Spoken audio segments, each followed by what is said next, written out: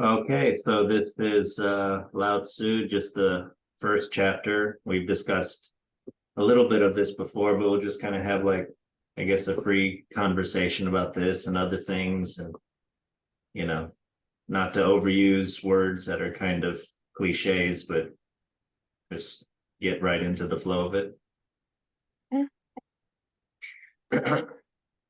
So the way that can be spoken of is not the constant way. The name that can be the name that can be named is not the constant name. The nameless was the beginning of heaven and earth. The named was the mother of the myriad creatures. Hence, always rid yourself of desires in order to observe its secrets, but always allow yourself to have desires in order to observe its manifestations. These two are the same, but diverge in name as they issue forth. Being the same, they are called mysteries. Mystery upon mystery, the gateway of the manifold secrets. Oh, any thoughts? Mm.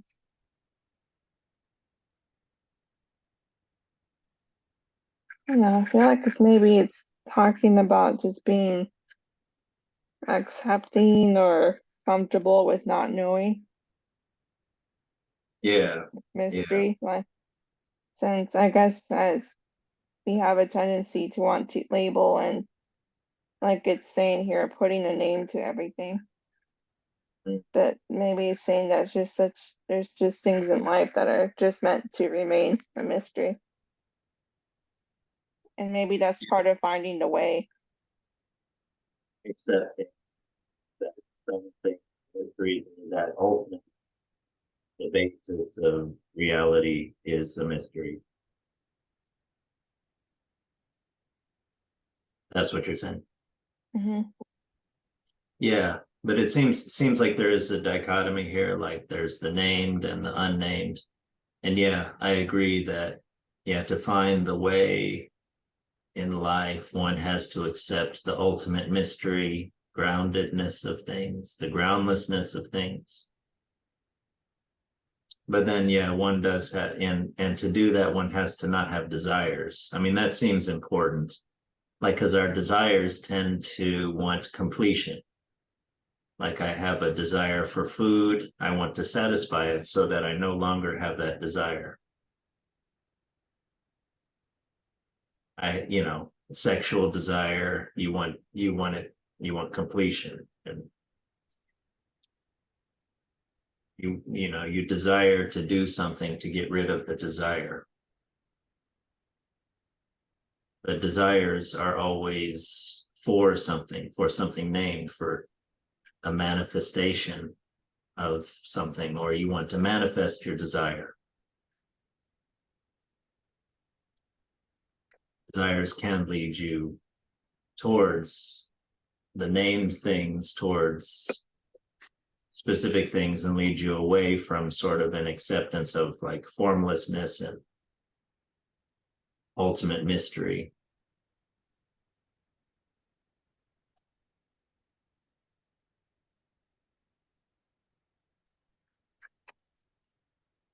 Man, I just find it a little unusual since it seems most philosophies and religions are focused on kind of trying to tell you or put a name to like the nature of reality I and mean, it is things like that. important. I think Yeah. it is. I mean, even this was giving a place for the names. And I do Mm-hmm. think there is a big place, as for named things like emotions, relationships, obviously more practical things. There is like a psychological, it helps psychologically to have things be named. But yeah, I think the point is not to have too much faith in the named, to be open maybe to like different names, just one has to be careful with that feeling of like certainty. And yeah, I do think any system, like a religion or a philosophy or anything else, there can be a like a danger with, yeah, the named. I mean, names bring power, like in law, for instance, a lawyer can manipulate the use of names to sort of, obscure the truth, or sort of help something bad win over something good.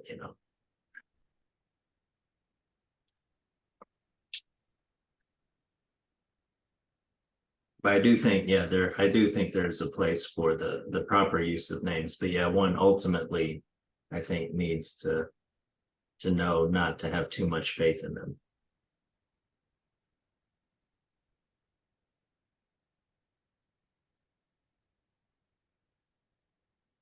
Keeps talking about the myriad creatures. I mean, I assume that's just,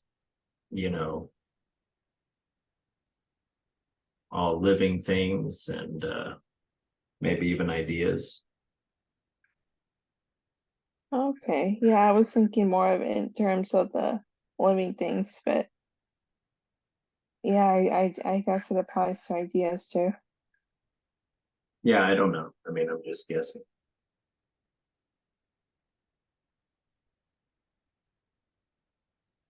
But yeah, there does seem to be a dichotomy that, you know, one thing that caught my eye was the way that can be spoken of is not the constant way. Mm. I mean, we tend to think of constants as like something permanent, as and something reliable. It gives us comfort, maybe. Mm. Oh, but yeah, that is maybe the grounding, but we cannot speak of that. The constant way is not the way that can be spoken of. The constant name is not the name that can be named. I'm just reading them backwards. So what does this mean, practically speaking? I'm talking about the name that can be named is not the constant name. Mm-hmm. Um,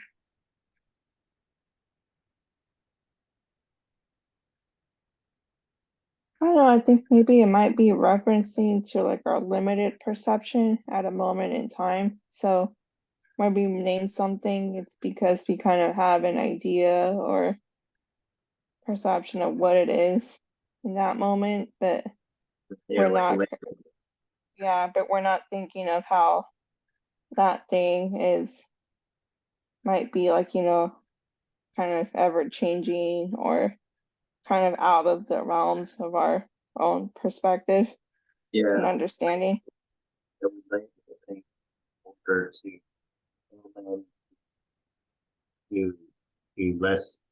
um, to give a name to our perception of it, but that is a projection from our minds, gives us psychological comfort. I mean, there's use to it.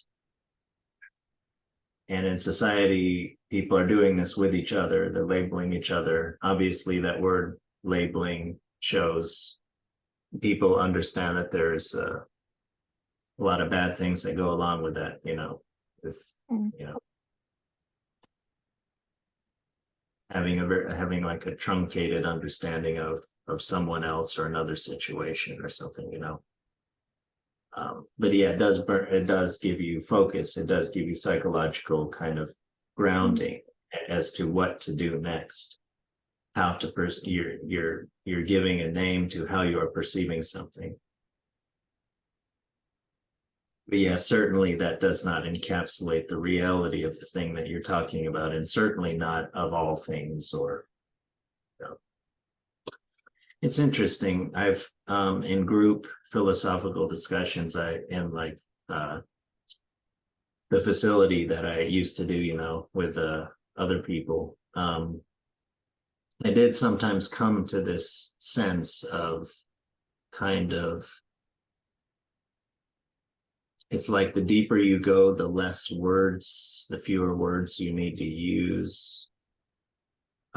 It's the more you, I don't know, the more you sift through reality, the fewer words there is. And then it's kind of like, maybe you could say something like, all that you can say eventually is just, this one word, maybe God, or maybe the way, or something like that, And if you could sort of, the best thing you could do is to simply say one word, and then someone else listens to that one word and gets everything. And that's all that needs to be said, Of course, maybe you could go further and say a deeper reality is to not even say that word, not even need to say that word, But I think when I read Plato, that's my understanding, is they're trying to use words to get rid of like bad ideas and false impressions and things like that, to try to get to understanding, which is pointing to a wordless understanding of, like, say, the nature of particular things like the good or justice, and maybe eventually to go beyond those to just a perception of reality, which is, very psychologically satisfying, which made me think that that Plato is talking about something like what the Buddha is talking about with enlightenment. And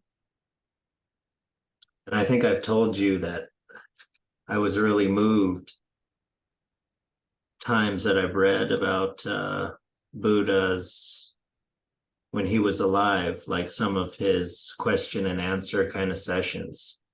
And sometimes people would ask him something, and he would just, in reply, sit in silence. Because the thing, I guess you could say in a quotidian way that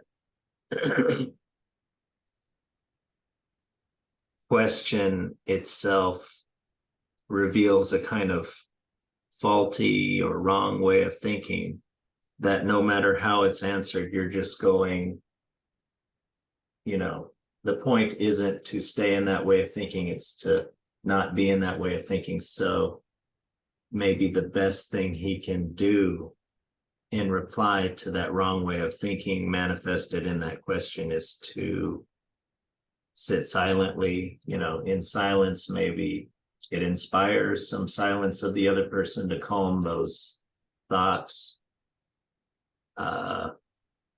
Maybe it inspires some patience or feeling of compassion or something that can just, a couple of millimeters can start to adjust you, and then of course to extend that analogy that, going forward, having adjusted only a couple millimeters, you're only slightly on a different path, but 100 miles away, that slightly different angle, you're in a completely different place, later on.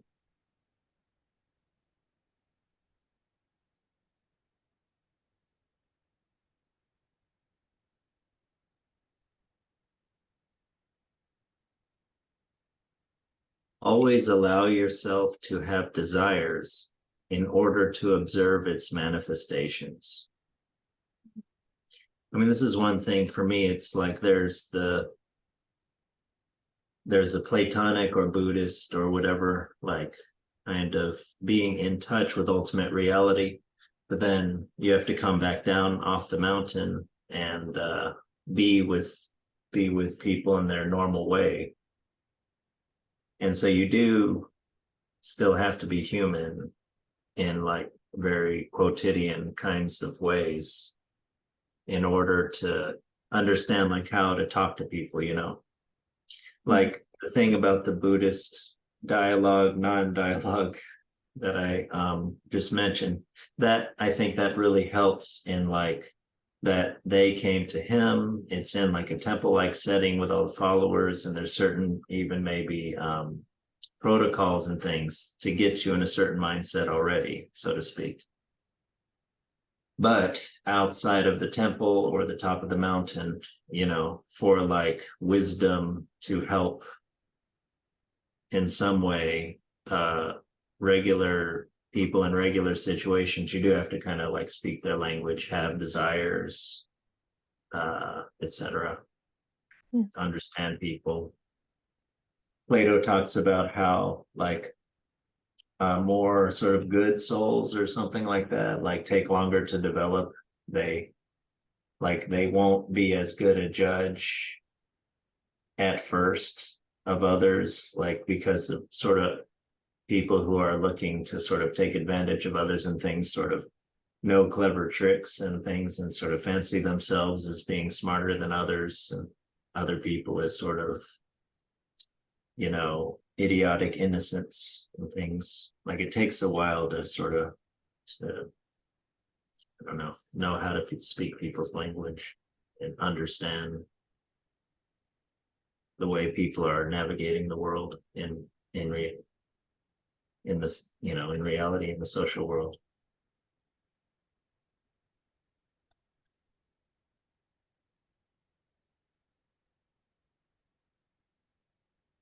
The nameless was the beginning of heaven and earth. Yeah, I mean, if you think of yourself being in reality, that was, you're kind of really fading out in the picture there. Oh, I'm Yeah. sorry. No, it's all right. But yeah, it's just but yeah, it's interesting. I mean, you mentioned philosophies and religions maybe sometimes being very preoccupied with like names and systems and things. But this is a different philosophy. Maybe this is the beginning of this book. The nameless was the beginning of heaven and earth. I mean, if you could keep in mind that, I mean, how does that change your worldview? I guess we don't tend to think of the beginning of heaven and earth anyway, right? Especially in modern times, like we're kind of ahistorical, I think.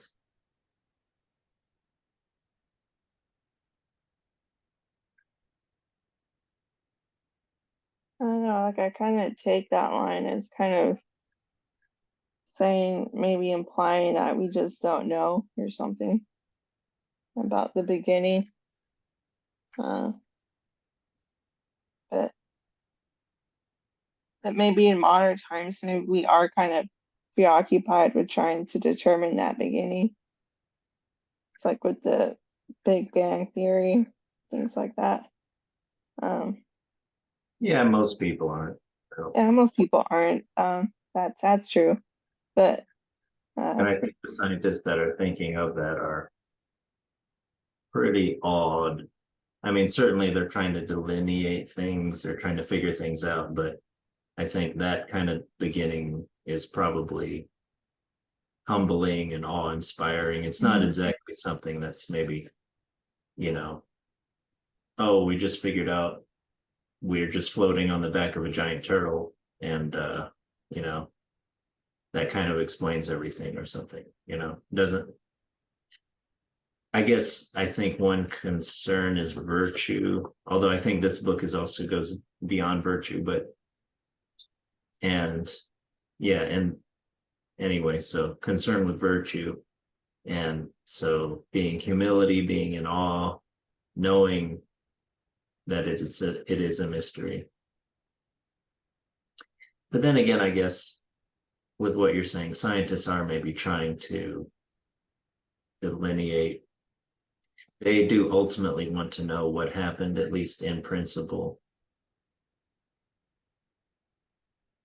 And this is maybe saying that it should stay a mystery, or at least you know that it can never be delineated, never be labeled.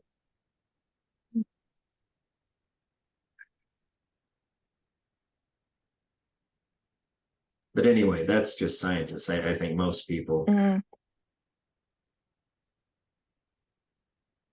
I mean, what do you think about that? Like your perception going back in time. I think I feel like in modern times, as we've gone closer and closer to this year, are less and less historical. I mean, what do you think about the being ahistorical, or having a sense of like being part of a continuum, going back to a mystery, going back to a nameless kind of thing? Mhm. I think the part of me is still wanting to find out what there was before uh what that nameless thing was. Um so yeah, there's been times when I'm just driving around and things and kind of wondering what there was before the galaxy or creation and things like that. Um I think a part of me maybe wants to know, but yeah,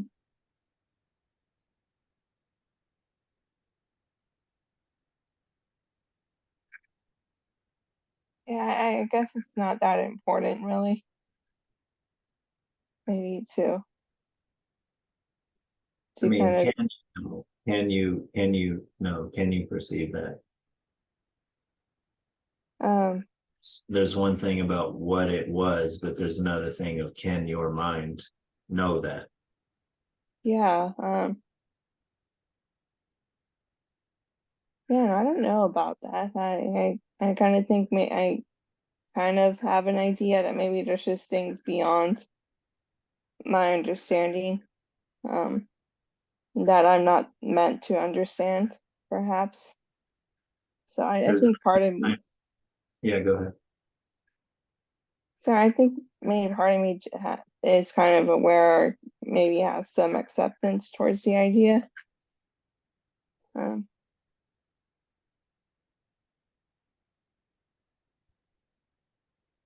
yeah, I think it's just something I haven't given complete thought to, though. Do you think there's freedom and acknowledgement? Well, is there joy in discovery of parts of things, parts of the past, and also freedom in the acknowledgement that you don't know a lot? Yeah, I'm not sure what my purpose is in trying to in being a bit curious about that. I kind of part of me doubts that it's joy, maybe. I kind of wonder,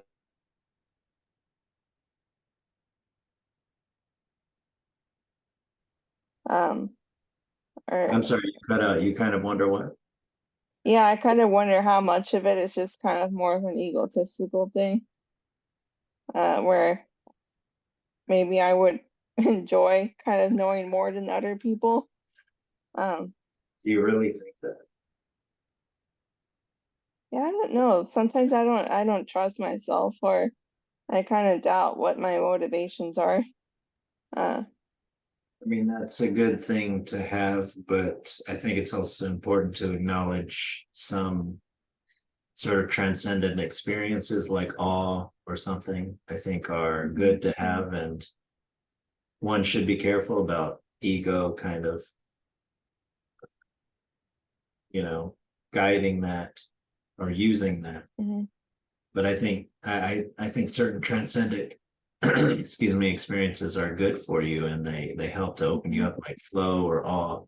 And I think that's one thing I'm looking for in philosophical dialogue and all this kind of stuff, poetic kind of reading and bringing up quotes and things like that. Mhm. I just Yeah. want you to put the cart before the horse and like, well, I thought about it for 3 minutes, but then again, like maybe it's just my ego that's guiding this. I mean, are you getting a lot of money or prestige? You know, Mhm. Yeah, I'm not getting that I know of. yeah, Um, I mean, there is a danger in having too much ego. There's probably a danger in having too little ego. There's a I think I read, hopefully I'm just, hopefully I don't screw this up, but there is a Buddha pointed to problem of, well, anyway, I think there's a problem with, and I think psychologists have acknowledged this. There's like kind of two kinds of narcissism or something.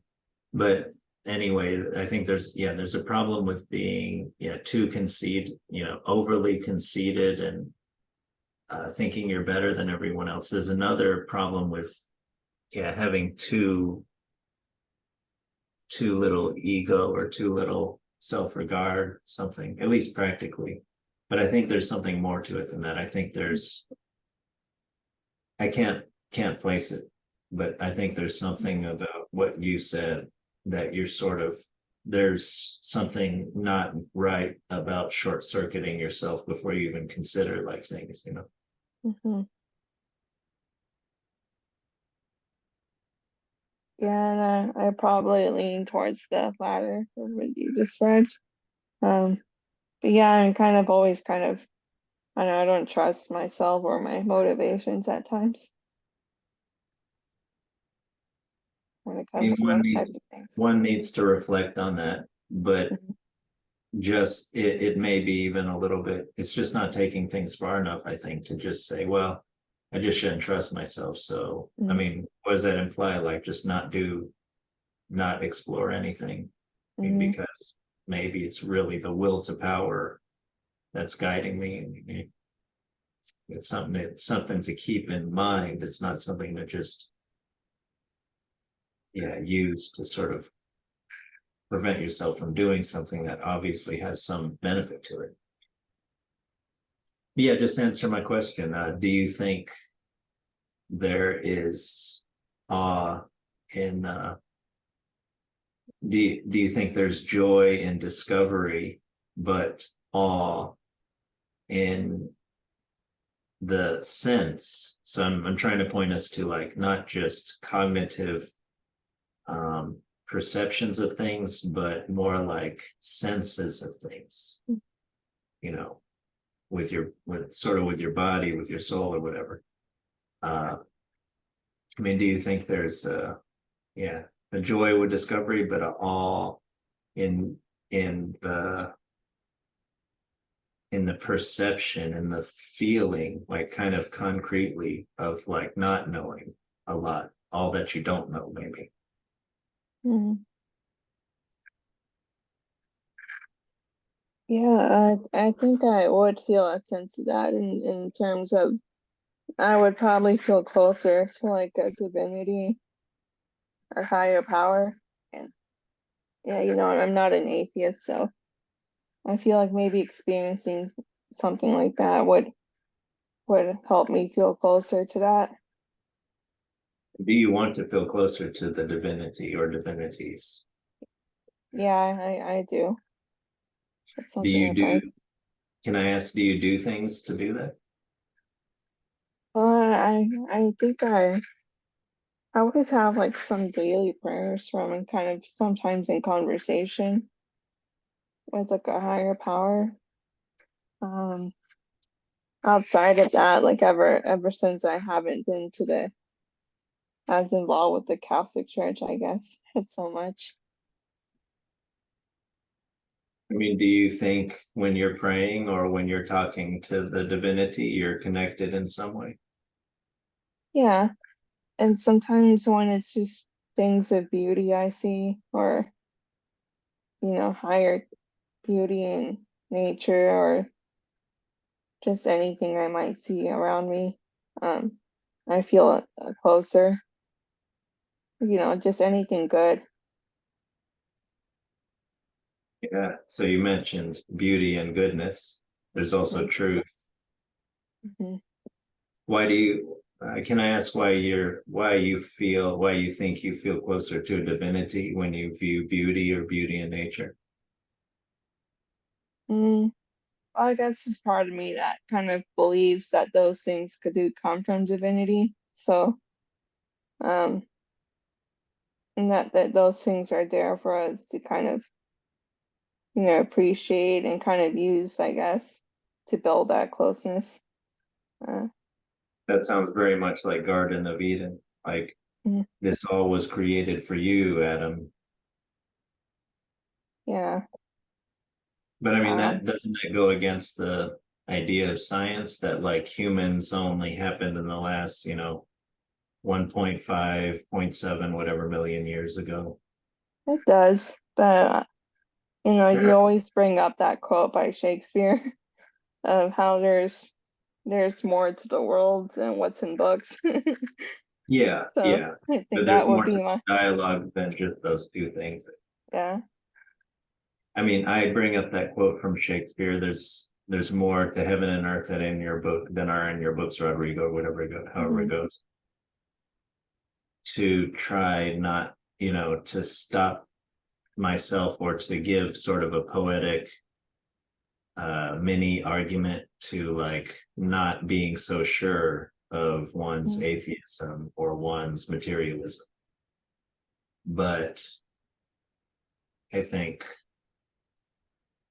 I wouldn't use that quote to justify just not answering like basic questions. Like, for instance, Hmm. this is something that the famous atheist Christopher Hitchens brought up. Like, he was raised in some type of, by some religious teacher or something, not, raised like in school. And, they're going on a nature walk when he was little, and he said, the teacher was telling him, look at all this beautiful green around you. And this was made for the perception of beauty of human beings. And he said, even as a little kid, he knew that was wrong. I mean, the eye and the brain and whatever is perceiving the beauty of the green developed way later than the green itself. So it makes no sense to say that the green, was like put there for you. I think the truth is much better actually than that simplistic like nursery tale kind of way of talking about it. And I couldn't actually tell you what I think the truth is, but it's something about how it's all like connected, or now it sounds like a cliche or Hmm. something, but um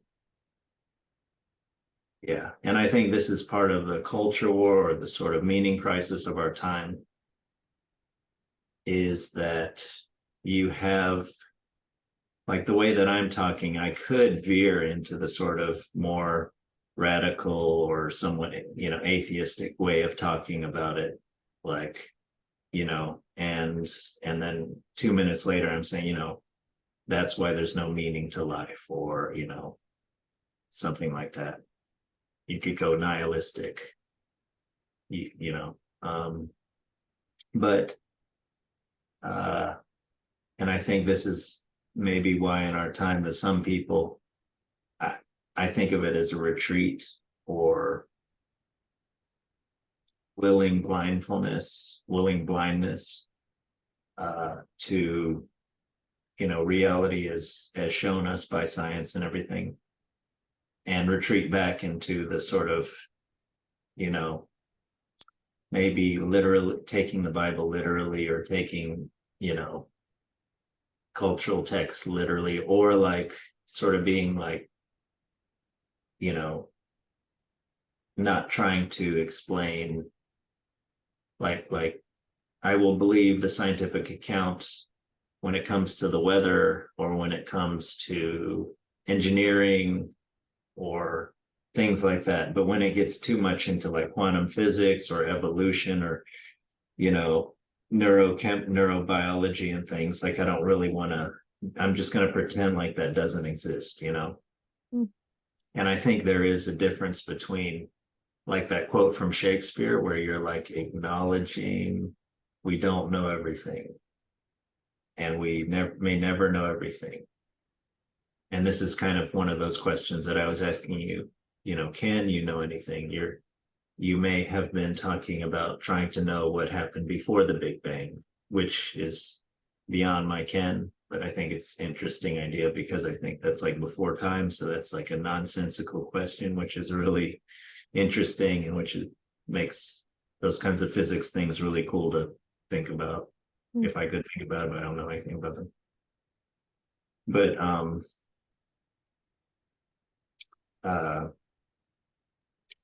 yeah, I think there's a big difference between putting out that Shakespeare quote or one quote that I like from Einstein, which was the world, you know, I'm probably butchering the quote, but the world is not only more mysterious than we know, but probably more mysterious than we can know, which really kind of blows me away. There's a difference between the world of those quote, you know, the mindset of those quotes and just saying like, you know, and just retreat, you know, being like sort of willfully blind to like what we know about the world from science, you know. I think we do, like the atheists say, we do have to face reality as we know it, you know, but too often there's sort of sometimes those accounts can go into are you still there? Too often those accounts can go into, yeah, nihilism or lack of meaning or being anti-religion or something like that.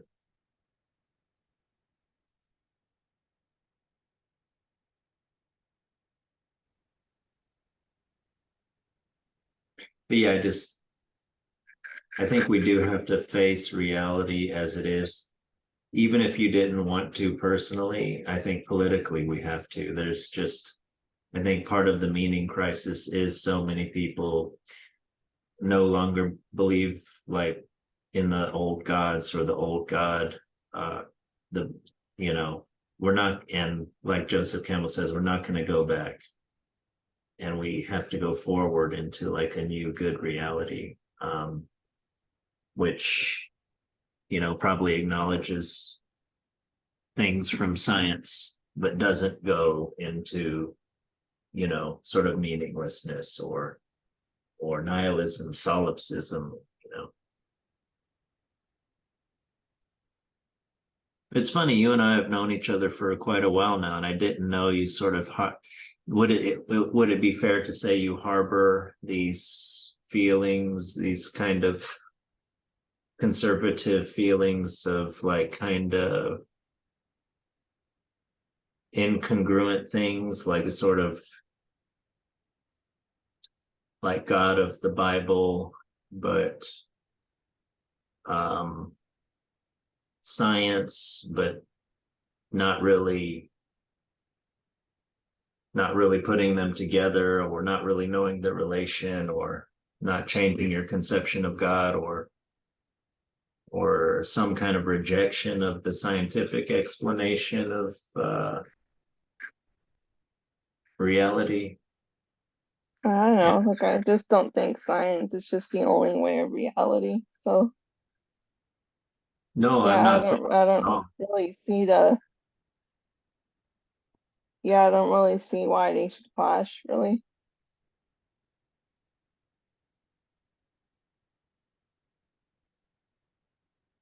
Or why they clash a lot in some people's minds.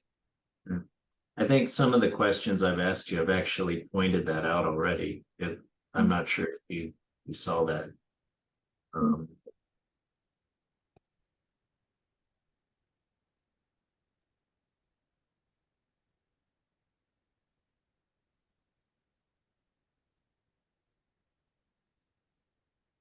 Yeah, more like I see one science could explain like one layer of reality, but like religion could add explanation like on another layer.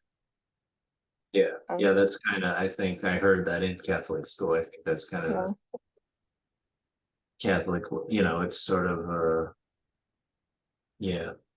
But I think ultimately the yeah, that dualistic way of thinking is not ultimately satisfying. And I think that's kind of what I was trying to talk to you about before we got online, is a sort of the cognitive science or philosophical way of thinking, or with Buddhism or Taoism, the sort of, yeah, not having a problem, not having to split your mind. I think that's a problem. Or I think maybe that's a problem, like having to split your mind, like having to hold contradictory beliefs, because you're trying to say that, because if you believe that the world operates according to physical principles, but you also, and that's totally mechanical, right? But you also believe that in a divine power that um, inserts itself and makes things not go according to physical principles, like strict cause and effect, then that's like a contradiction, right? So there is a way of believing in science and believing in a particular kind of God that is maybe contradictory. Maybe I'm doing something similar in,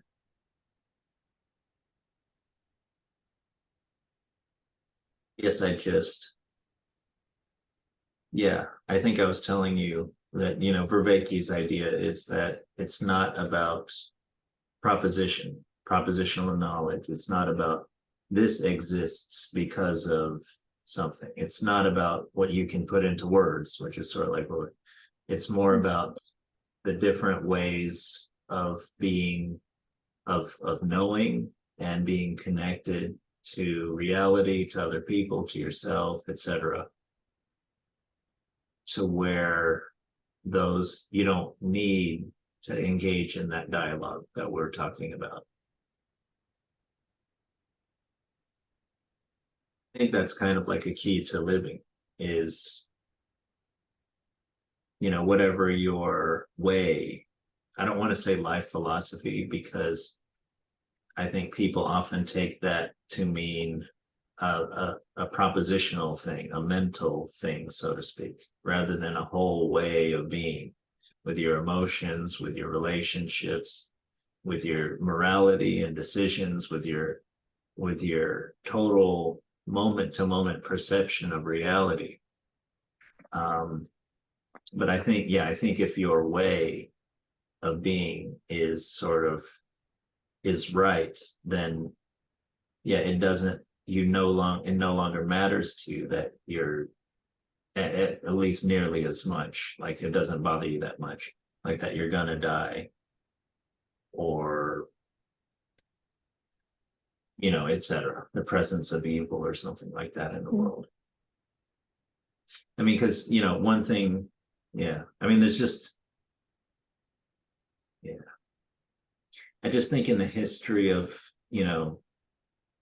like Judeo-Christian religion, it's like part of it is a history of, there's a lot of problems that, and so much of the history is like trying to patch up the philosophy or the beliefs and things like that, that don't really, it's like there's a belief that it's hard to believe in, so then they invent like a worldview to like cause that belief to make sense, but I sort of think you don't need that stuff, I mean, it's just, Yeah, and I think that stuff can ultimately, yeah, just be a distract one from a way of living completely in the moment, living deep philosophical connection to reality, to yourself, to others, you know. Mm.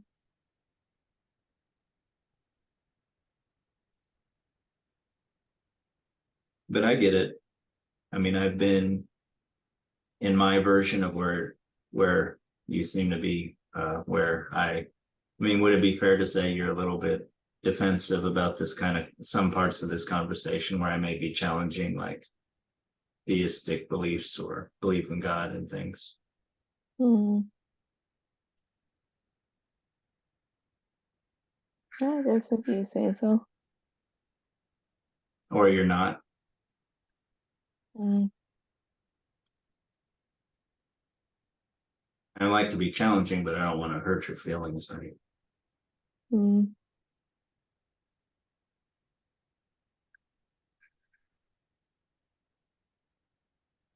I'm not sure. Like I'm just like,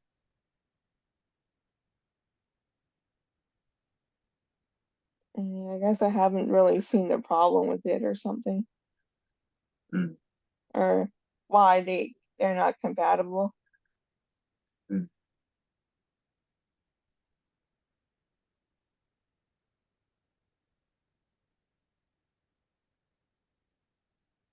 I mean, I didn't ask you that. I just asked you if you felt defensive about it. But so you didn't feel defensive. No, no, I wasn't feeling upset. Maybe confused. Mm.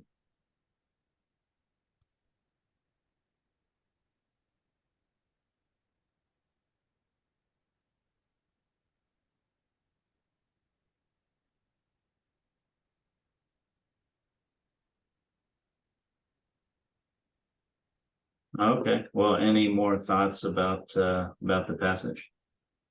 Mm, see. No, I just thought it was, yeah, it just made me think a lot about the impact of like naming and having things nameless. So I think it's something I'll keep thinking about.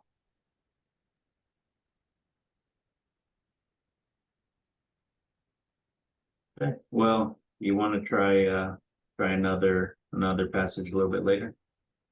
Yeah. Well, yeah, I do. Just as a parting thought, yeah, I do think it's important to kind of to be light with the labels. You know, I Mm-hmm. guess naming is like labeling. I guess is a way of thinking about it that seems to be kind of good. Like, be careful the labels you give things, and I think it's good to give useful labels to things, but yeah, to be light about it. Yeah, and I think it's something I've had to learn to just not be as concerned about. Uh, I don't know. I felt just labels were just something I was more preoccupied with before. And it just caused maybe more problems for me. Oh, do you want to share that at all? It's just I was just kind of speaking generally just about, the anxiety I have. So maybe like preoccupation with labels or like um What do you just mean a kind of more black and preoccupation white with labels? thinking. What? What do you mean a preoccupation with labels? I think it's part of like black and white thinking. So you maybe labels to like um I don't know, like categorize something or like kind of label something as like right right or like not right. Uh yeah, just I think just labels are maybe part of that and kind of yeah, Are you weren't talking about helpful making for me. moral judgment? Huh? What do you mean labeling? Right. Um let's see. Well, yeah, I think what you said, like moral judgments. Yeah. Okay, that seems like maybe a good topic for later. Hmm.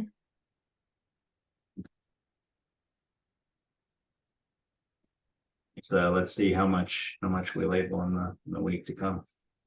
Mm. Okay, well, talk to you later.